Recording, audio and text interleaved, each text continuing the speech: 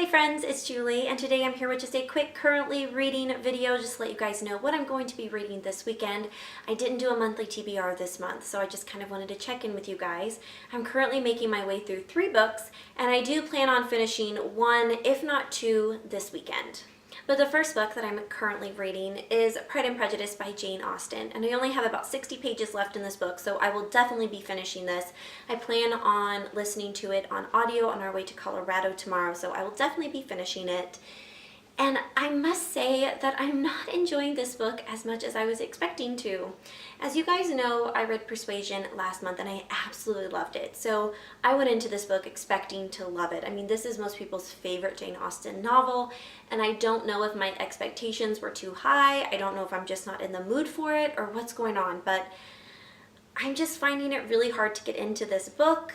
I have just not been enjoying it that much. I don't really connect to any of the main characters in the story, and I know that that's kind of surprising. Most people love Elizabeth Bennet and Mr. Darcy, and I think that I'm just so different from Elizabeth that I'm finding it really hard to connect with her. She's just a completely different person than I am. We have completely different personalities, so I'm just finding it kind of hard to connect with her. And I really don't like Mr. Darcy, which I know is a very, very unpopular opinion, but I just think that he's an asshole. I'm having a really hard time getting over the things that he said at the beginning of this book, and I know that that's the whole story. He's prideful. I get that, but that quality in a man is just something that I find extremely unattractive. And he said some really mean things at the beginning of this book.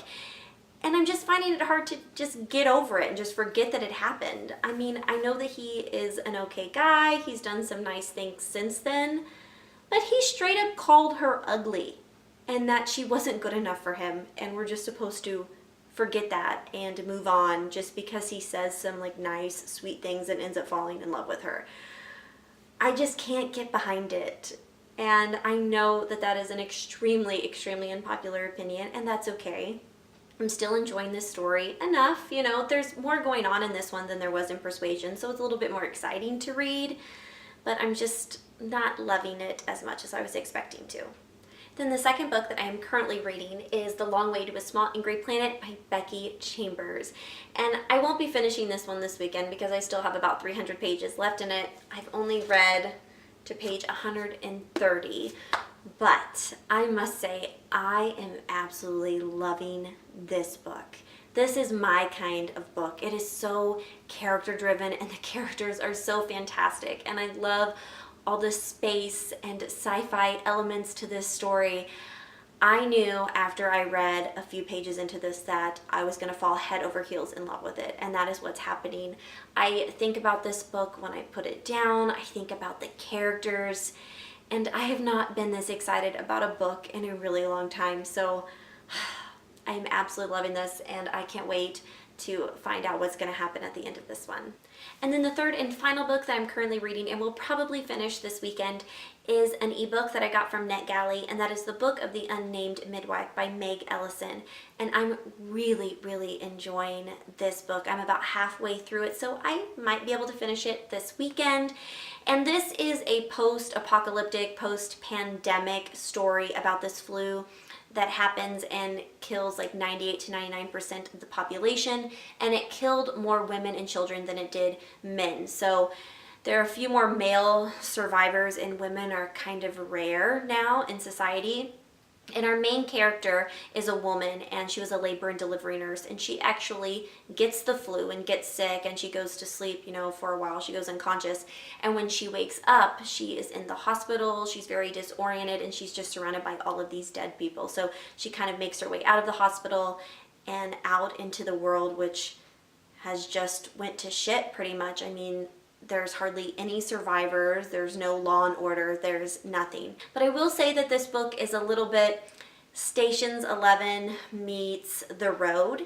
Like, you have some hopefulness that you did in Station 11 because the very first chapter in this book is set in the future, so you know that society is, you know, kind of starting to rebuild. At least that's what I'm thinking so far. You know, I haven't gotten through the book yet. And also it's a flu pandemic that wipes out the population, which is also what happens in Station 11. But then you also have like the grittiness and, you know, the crazy stuff that is happening that happens in the road. You know, there isn't really any law and order, so people are murdering each other and just doing what they have to do to survive. And so I feel like this book is kind of a mashup of those two things. I'm really enjoying it though. I find that the writing style is really easy to read. I will say though that my one criticism of this book is the fact that every man that our main character has met so far in this story has been a terrible person. They have been a murderer or a rapist or something along those lines, which I don't feel like every man left on the earth would be a rapist, but that's pretty much every male that our main character has met so far. And I don't know how that's going to come into play in the book. I don't know if there's a reason why she's writing it this way. Like I said, I'm only halfway through, so I can't completely judge it. I'm just saying that that's my one criticism of the story so far. But overall though, it's really fantastic, and I'm really looking forward to finishing this one too. So those are all the books that I'm currently reading. Please leave me a comment down below and let me know if you've read any of these books and what you thought about them, or what you are planning on reading this weekend, or if you've read anything great lately that you think I should add to my TBR. But I think that's it for the day, guys, and I'll see you all again very soon. Happy reading. Bye.